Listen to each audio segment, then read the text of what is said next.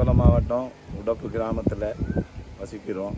இது நாங்கள் சின்ன கைத்தொழில் ஒன்று செய்கிறோம்.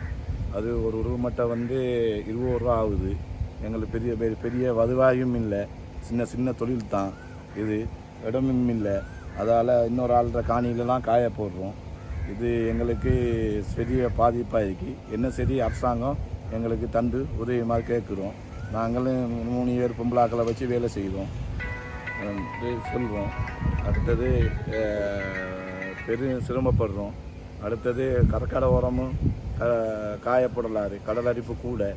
அதால் இன்னொரு ஆள்ற காணியில் தான் வாடகைக்கு எடுத்து செஞ்சு கொண்டு இருக்கோம். சொப்ப லாபம் தான் அதில். அரசாங்கம் இன்னும் சரி தந்து வர மாதிரி கேட்கணும்.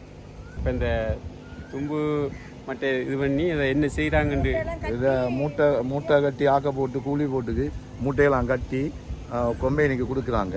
கொம்பனியால் காசு கொடுக்குறாங்க. அது எங்கே வெளிநாட்டுக்கு ஏற்றுறாங்க? வெளிநாட்டுக்கு ஏற்றுறாங்க. மலேசியாவில் வெளிநாட்டுக்கு தான் ஏற்றுறாங்க. எந்த இடம்னு தெரியலை.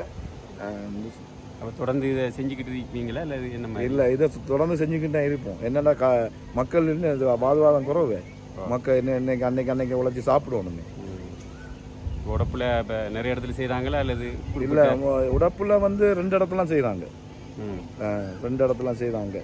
மற்ற ஏரியாவில் எல்லா இடத்துலையும் செய்கிறாங்க. உடப்புல 2 இடம். எத்தனை பேர் மட்டும் வேலைக்கு 4 பேர் செய்கிறாங்க. 4லையும் பொம்பளாக்க தான். தான். இப்போ கரண்ட் செலவு கரண்ட்டுக்கு வந்து மாதம் வந்து 15,000 ரூபா போகுது. கரண்ட் பில் மட்டும். அப்போ இதுக்கு அந்த மானியம் மாதிரி காய்ச்சி செய்யலாதா? கரண்ட் அதான் அரசாங்கம் தான் சொல்லுவோன்னு. மானியமாக காய்ச்சி இது ஒரு எல்லா தொழில் தானே சார். இன்றைக்கு 4 பேர் வருவாங்க, அடுத்த 10 பேர் வருவாங்க. அதுக்கு எல்லாருக்கும் தொழில் தானே சார். இப்போ தொடர்ந்து செய்யலாம்னு ஒரு ஐடியா? தொடர்ந்து இது செய்யலாம் ஐடியா.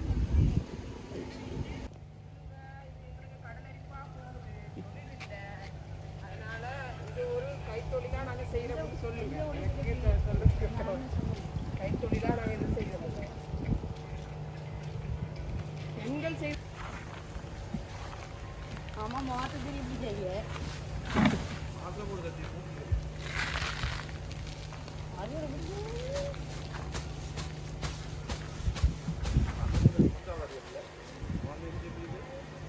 காய வச்சு தான் கட்டணும். இன்னொரு பிடிங்க